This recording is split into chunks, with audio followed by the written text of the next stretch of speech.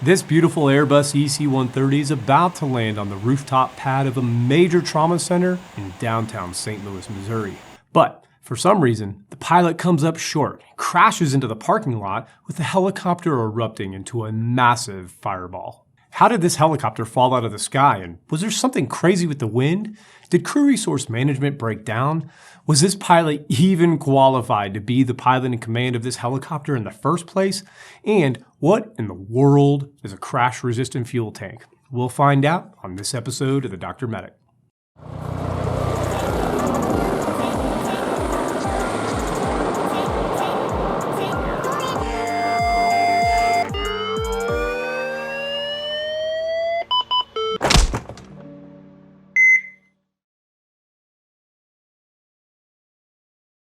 You know, I vividly remember this accident taking place as I had just left the air medical world to start working full-time at the university.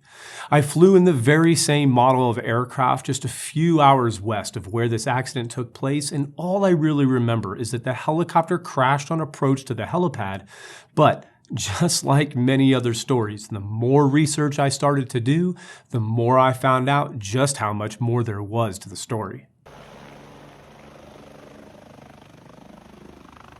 This accident takes place at 23:10 hours at night on March 6, 2015 at St. Louis University Hospital, otherwise simply known as SLU. The story comes requested by several viewers and involves the helicopter operator Air Methods doing business as Arch Air Medical Service, which we will simply just identify them as Arch. This is somewhat of a hybrid setup between what we would call community-based helicopter services and hospital-based services, as Arch is quite a dynamic HEM service with a bunch of bases in eastern Missouri and throughout southern Illinois. Now, their fleet has changed a couple times over the years, but they have one of the coolest fleets that I have ever seen in a HEM service, with several Bell 407s, an EC-130, a couple EC-135s, and they even still have a couple of those badass money pits, otherwise known as BK-117s. Some of these bases are based at big hospitals in the cities and are focused on specialty transport like Impellas and balloon pumps and ECMO, as well as pediatrics and neonates. And from what I understand, they have a wickedly high expectation for their clinical skills and overall patient care, and the med crew that I spoke to all said that the clinical aspect of working at Arch has elevated their clinical abilities to absolutely no end. The aviation side of things is run by Air Methods, who is one of the largest, if not the largest, air medical provider in the world. They have hundreds of bases and hundreds of aircraft and thousands of employees. They are also quite a diverse company as they have multiple divisions aside from helicopter EMS, which include things like medical billing, clinical education, aviation contracts for things like outfitting helicopters with medical interiors for military, and they are also in the tourism business with a company called Blue Hawaiian Helicopters, which, as you might have guessed, provides some of the greatest tourism flights in the beautiful state of Hawaii. But let's hold on to Blue Hawaii for a bit and we'll come back to them. Now, the aircraft in this incident is this EC-130B4, manufactured in 2010. This beautiful helicopter was powered by a single 730 horsepower turbomecha aerial 2B1 engine and had a total of 1,378 hours on the airframe, and also had just passed its last inspection just 24 hours earlier on March 5, 2015. Now, the EC-130 was basically an updated version of the original AS-350 by French helicopter maker Aerospatiale, with the AS-350 now being nearly 40 years old. Throughout the 90s, the 130 continued to be developed by Aerospatiale, with the development eventually being taken over by Eurocopter once those two companies merged. So in really basic terms, just imagine if you took an early model AS-350, slapped a giant glass bubble over the front, added a FADEC system, and then put this giant whale tail Fenestron tail rotor on it, and boom, you've got yourself an EC-130. Now, the 130 finally was approved and came out in 2001 and was really designed for the helicopter tourism industry.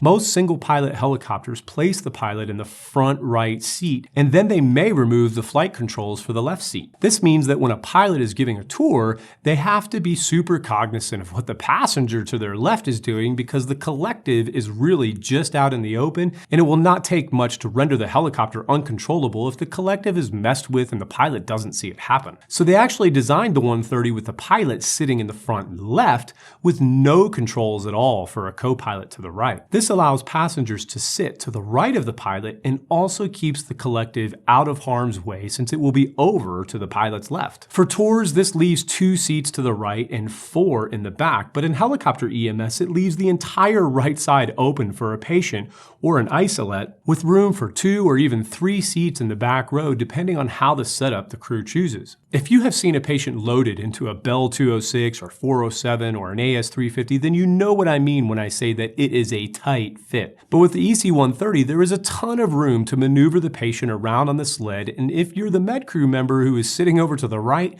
you basically have the entire area open in front of you and tons of room to move around and take care of your patient. And I can even attest that you can perform the world's greatest CPR in this aircraft if you're sitting on the right side of the patient. But there are some limitations of this aircraft, and we're going to get to them a little bit later on in this episode. And on a completely unrelated side note, Airbus right now has currently been flight testing an engine backup system in their new H130, where an electric motor can provide up to 30 seconds of full engine power if there is an engine failure, which is more than enough time for a pilot to get the aircraft safely on the ground. If this works, this could be an absolute game changer for single-engine helicopters. The weather was clear that night and was VMC all over the St. Louis area. The wind at the ground was just 6 or 7 knots out of the southwest with a temperature of 3 degrees Celsius and a dew point of -6 degrees Celsius. But the profile for that night showed that just a few hundred feet off the ground, the wind speeds increased to 25 knots up at around 800 feet and up to around 30 to 40 knots up around 1,500 feet above the ground. These wind gusts may very well have played a key role in this accident.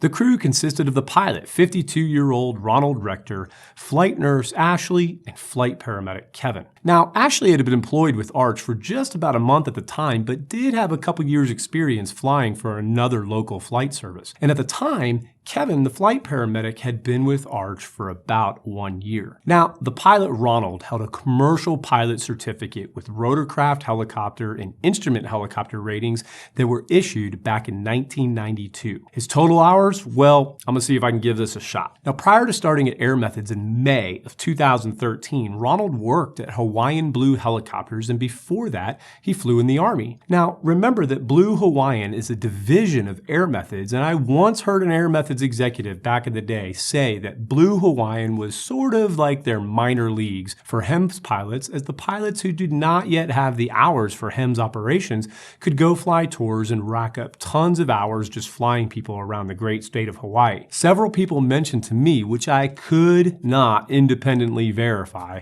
that pilot Ronald was flying an EC-130 at Hawaiian Blue when he experienced a bad overtorque event in the aircraft, and instead of being terminated, he was allowed to resign and moved over to the EMS side of things. Now, I did reach out to Air Methods for a comment on this story, and as of this recording, I have not yet received a response. Anyway, so when pilot Ronald applied at Blue Hawaiian on May 5th, 2013, this is what he listed on his flight resume, that he had a total of 2,244 total hours, all of which were in military helicopters with a pilot and command time of 1,155 hours. He said he was rated in the EC-130B4, the Bell UH-1 or Huey, the Bell AH-1 or Cobra, and the Boeing AH-64A and D models of the Apache helicopter. But I don't think the EC-130 is a military helicopter, is it? He was then hired at Air Methods on October 21st, 2013, and listed that he had the following hours. Total hours of 2,503 with 1,338 hours as pilot and command, with 250 hours in the EC-130, 233 hours in the Huey and Cobra, and 2,015 hours in the Apaches. I'm going to let you go back and pause that video, and you just tell me whether or not any of what I just said makes any sense at all. We'll come back to it. This flight crew was already at SLU Hospital as they had just dropped off a patient earlier when they received another request for service. They did accept the flight, and less than an hour later they transported the patient back to SLU. A side note is that the reports state that this patient was not in any type of critical condition. This return flight had perfect weather, but it did have those wind gusts that I mentioned earlier, and otherwise their risk assessment was assessed as low. At the time, when landing at SLU, they would normally land on the official landing pad, which is officially called a heliport, with the name of MO55, which is about 10 or 11 stories on top of the hospital, or maybe even a bit higher. Now, it was well known to the local flight crews and pilots that this wasn't exactly the easiest pad to land on due to some obstructions and the shape of the surrounding walls and buildings, which can create some crazy crosswinds and tailwinds seemingly out of nowhere. But even though it wasn't the easiest pad to land on, most services still did land there, and they did so without incident. On this first approach to the pad, with the med crew and the patient on board,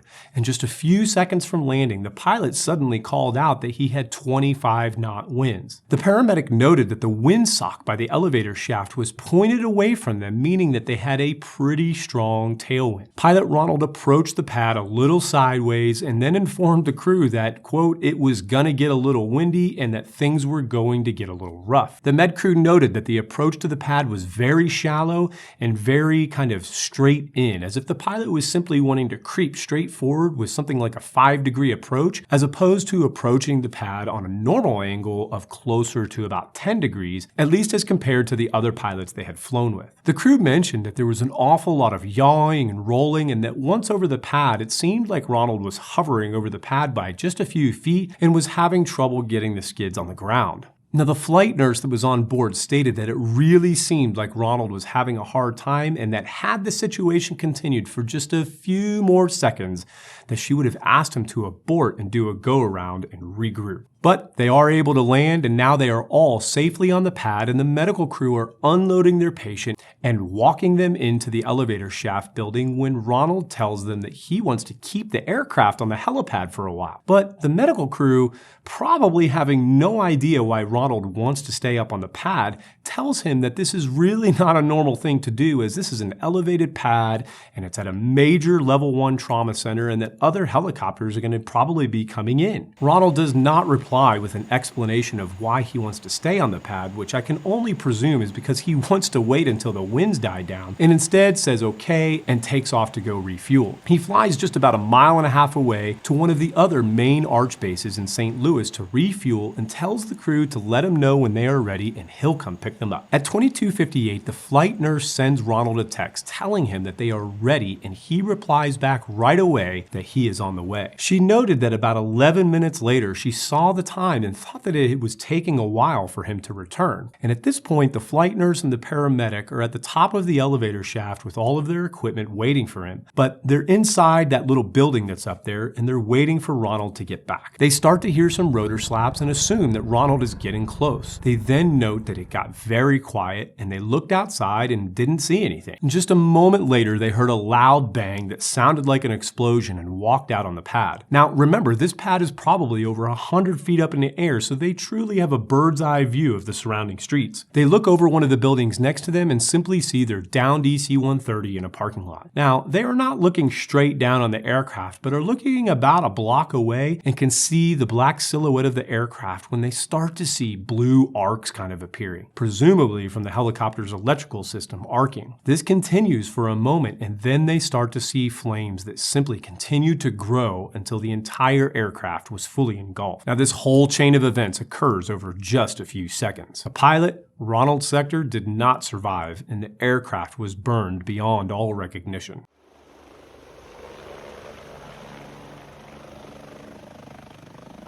So what happened here? Well, I can assure you that this was far more than just missing an approach and far more than just pilot error. Let's first talk about the crew resource management, or CRM, part of this. Keeping in mind that in addition to the NTSB reports, I did interview several former and current Arch Air medical crew members for this story, all of whom chose to speak on the condition of anonymity. Now, Ronald had worked at Arch for a little over a year. You have a flight paramedic on board who at the time had less than a year experience and a flight nurse with just a few weeks on the job, with this being her very first shift as a released med crew member where she is not riding as the third rider. So it is really no question that at the time of the crash there was not a lot of experience on board, at least at this particular employer, for any of the crew members. Now I heard again and again that Ronald had a very unique personality and that it was well known to the local med crew members that many folks felt that Ronald was an unsafe pilot. I heard several crew members state that they were told up front to be careful around Ronald as, quote,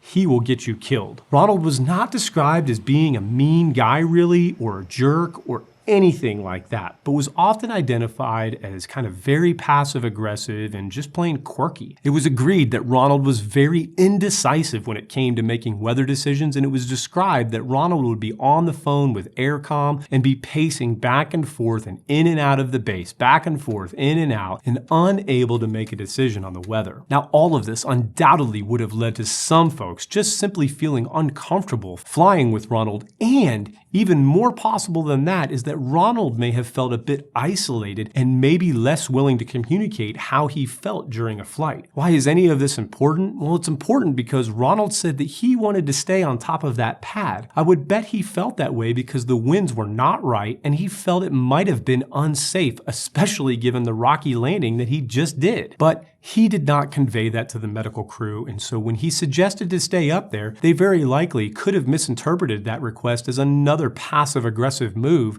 or maybe they just didn't understand why he wanted to do that. And also, it was alleged that during the initial flight that it was discussed about landing at another pad on the ground and then being transported by ground EMS, but they obviously decided on continuing their course and landing on top of the hospital pad. So, one way or another, CRM in this case broke down. A short tidbit about wind charts for helicopters. Typically, the flight manuals from the manufacturers for these helicopters will include a section that discusses the critical wind azimuth or a maximum safe relative wind chart. They might list all types of numbers and safe wind limits related to sustained winds, wind gusts, headwinds, tailwinds, and even the role the direction of these winds might have in relation to the helicopter and specifically the tail rotor on some of them, and they might advise that operating the helicopter beyond these limits could cause catastrophic issues with the control of the helicopter. And as part of the training for any new pilot at a HEM service would be to learn these charts so that the pilot has the information about what the maximum limits might be for any of the different wind situations that they might encounter. For instance, the Bell 407 and Augusta 119 show these charts directly in their flight manual, which undoubtedly aids in the pilot's decision-making process while flying the helicopter. But for some reason, for the EC-130, the manual does not show any of this, with investigators finally concluding that, quote, a review of the Eurocopter EC-130 B4 flight manual under revision 9 revealed that the manual did not contain wind limits nor critical wind azimuth or maximum safe relative wind chart. Now, it is certainly a possibility that Ronald was operating the aircraft beyond its capabilities with the wind,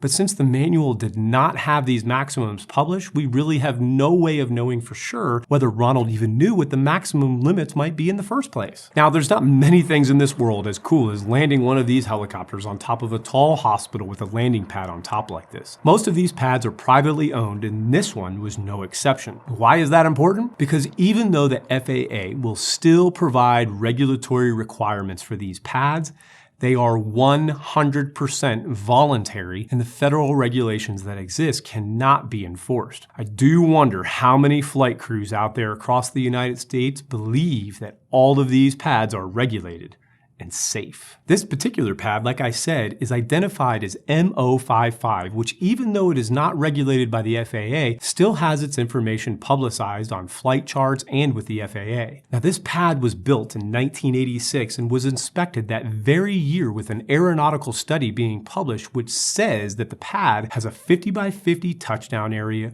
with adequate ingress and egress 180 degrees apart, and that the pad is safe for use so long as several conditions are followed and maintained. Those conditions are that they must be able to maintain a clear approach and departure path to allow for a minimum of an 8-to-1 glide scope, meaning that the pathways must remain clear to allow an aircraft to approach or depart, flying 1 foot up or down for every 8 feet forward, and a clear transitional surface with a 2-to-1 slope extending 250 feet in every every direction from the center of the pad. Well, just 1 month after this accident, the NTSB put in a request for the FAA to do another inspection of the MO-55 pad, which was performed on April 16, 2015, nearly 30 years after the first study was completed. Now, the study was quite in-depth and found that the ingress and egress of this pad is obstructed by permanent objects that pose a serious hazard to helicopters and that they cannot recommend a safe approach or departure route. The top of the hospital is obstructed by an elevator shaft, wind cones, smokestacks, multiple church spires, multiple antennas, and even worse, within the actual FATO or final approach and takeoff area, there were several raised obstructions such as handrails, the foyer to the elevator shaft, raised perimeter lights, and the building ventilation equipment. Now, absolutely none of this is in compliance with FAA standards, and the study finally concluded that helicopter operations cannot safely be conducted from this site, that they object to this landing area, and they finally concluded that, quote, the final approach and takeoff area and its associated safety area contain obstructions which significantly exceed the maximum height recommended for objects within this area. Notably, the structures and ductwork associated with the building ventilation systems, 4 raised perimeter and floodlights, an adjacent structure that houses an elevator shaft, and 2 handrails that extend from the entrance of the elevator shaft to the edge of the touchdown and liftoff area. They also noted that this pad was not in compliance with its markings either, as it has this weird triangle instead of the normal hospital H, and that it is also not lighted appropriately. There are lots of resources out there for pilots to look up the identifiers about heliports and airports, and when you look up MO-55, such as on airnav.com, it does show this pad, but states, quote, due to multiple obstructions within the touchdown and liftoff area and the final approach and takeoff area, no clear ingress-egress exists for this heliport. Exercise caution. And while SLU did build some new surrounding hospitals within the past few years with pads on the ground that certainly appear to be more in compliance with the FAA regs, this pad, MO-55, is still in use today by medical helicopters while transitioning between those other pads. Now, with helicopters, the term settling with power can be a complicated one, and I could do a whole episode on it, but I'm just going to sum it up this way. During an ascent or descent, a helicopter works by pushing air down through the blades, with the majority of that downward force taking place nearer the blade tips, since they are going so much faster than the root of the blades might be. Now, under certain conditions, such as having a super steep approach angle of something like 25 or 30 degrees, and maybe a downwind or a strong tailwind, and a descent rate of over 300 feet per minute, the air that the blade is pushing down may actually be overcome by the amount of air coming up through the blades, which thereby starts to reduce the overall effectiveness of the rotor blades and their downward force. This would be called a vortex ring state, which then leads to a condition called settling with power, where the helicopter continues to descend or even might descend quicker when more power is applied. And in a sense, settling with power is a condition where the main rotor blades lose their effectiveness and the helicopter just kind of drops straight down in an uncontrolled fashion. But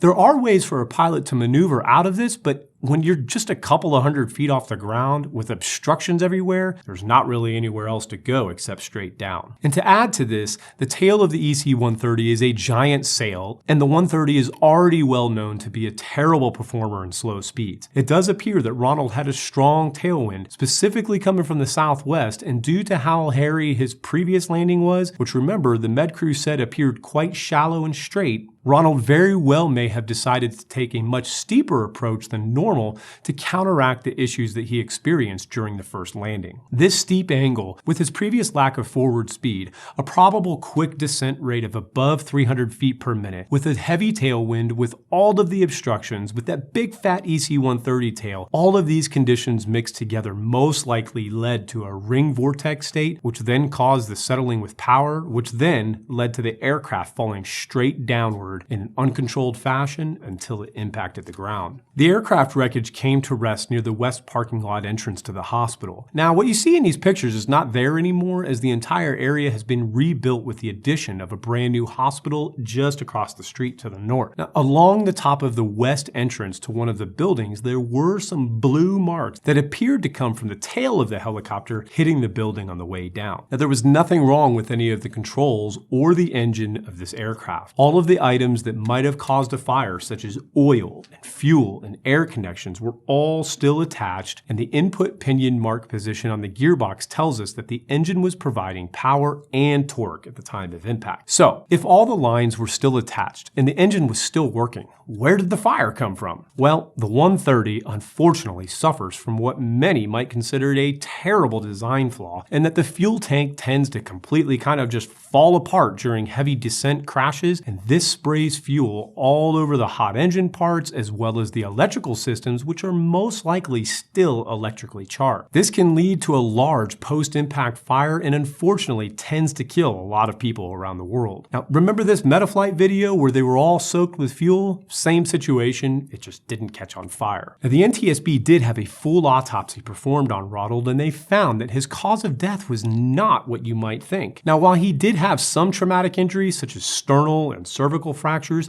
he did not have any other traumatic injuries that would have led to his death. But he did have quite a bit of soot deposits in his trachea and multiple thermal fractures. The fact that he did not have soot deep down inside his lungs suggests that Ronald was probably alive just after the aircraft initially impacted the ground, but then when the aircraft was consumed by the fire, he only had to take 1 or 2 breaths of that super toxic smoke and those superheated gases to die almost instantly. The NTSB wrote that Ronald sustained fatal injuries due to the subsequent fuel tank fire/explosion, which otherwise would have been a survivable accident. So, why does this particular helicopter tend to have this issue with its fuel tanks? Well, it's not just this one, it's any helicopter in the family of AS-350s, H-125s, and EC-130s. These helicopters are all basically in the same family and have their transmission and engine placed almost directly on top of the fuel tank. So, when these aircraft crash, much of the drivetrain tends to slam through the top of the helicopter and then even through the fuel tank. And if there is any kind of forward motion at all during impact, all of this force and then all of the fuel is sent forward into the cabin where all of the occupants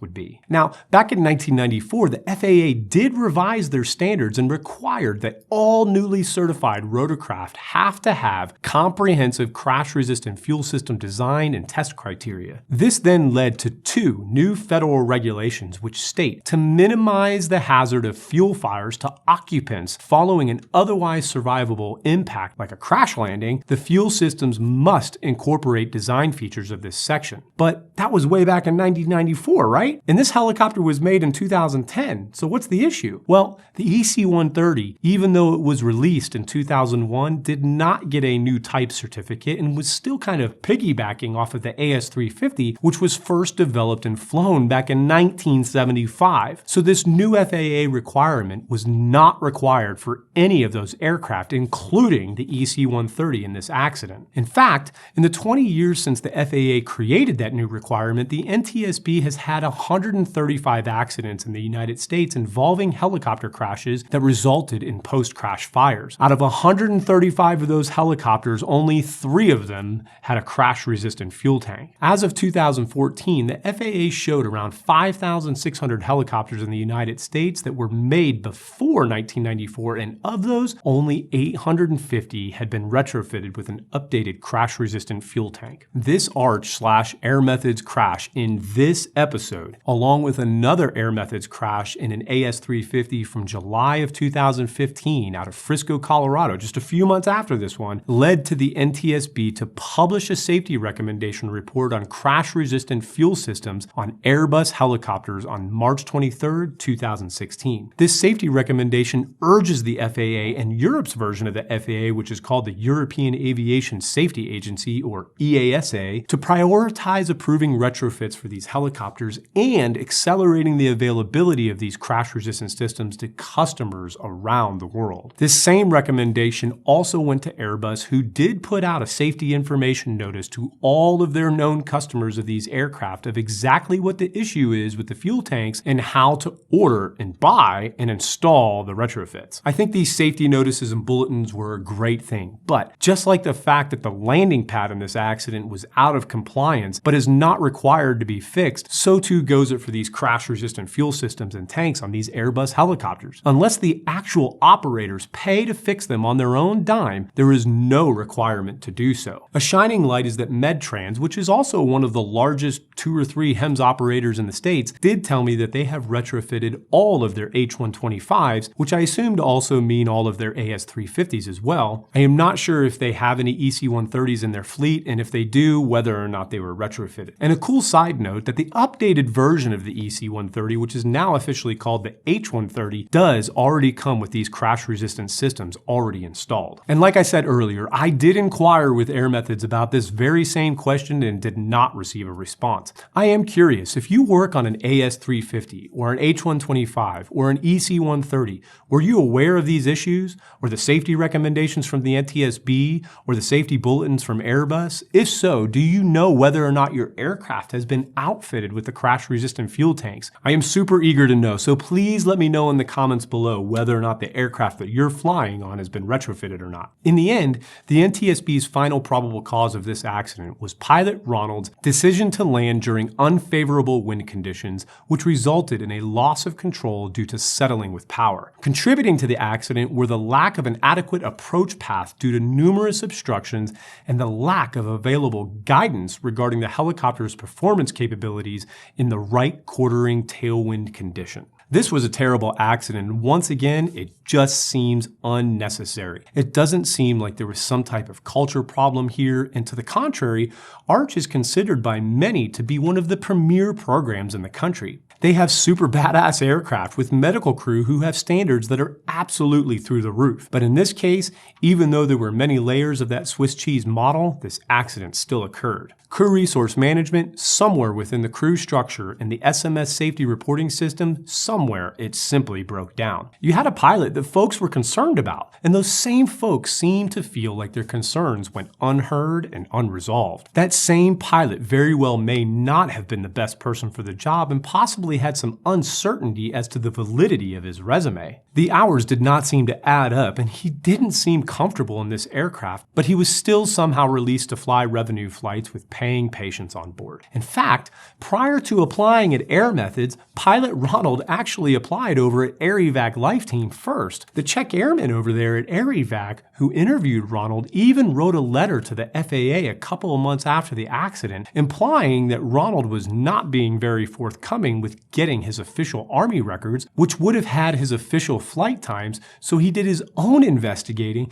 and called one of his buddies over at Fort Campbell in Kentucky to verify Ronald's time listed in Apaches, only to find out that even though Ronald listed over 2,000 hours in the Apache, he actually had very limited time as pilot in command. And then, after repeated phone calls from Ronald about the job at Air Evac, the Czech airman finally had to tell Ronald that Air Evac was not considering him for employment. I certainly hope that you learned something in this story, and I thank you for watching. We have to remember that these stories that I tell, that these episodes that we're doing, have nothing to do with trying to bash a company or bash a service or somehow speak ill of those who have passed on. Human beings make mistakes. We all screw up. There's nobody in the world who has screwed up more than me, but we all have to learn from our mistakes. And in these cases, when the stakes are this high, where people's lives are at stake, we have got to be able to not be scared to tell the truth about what has happened in the past so that we all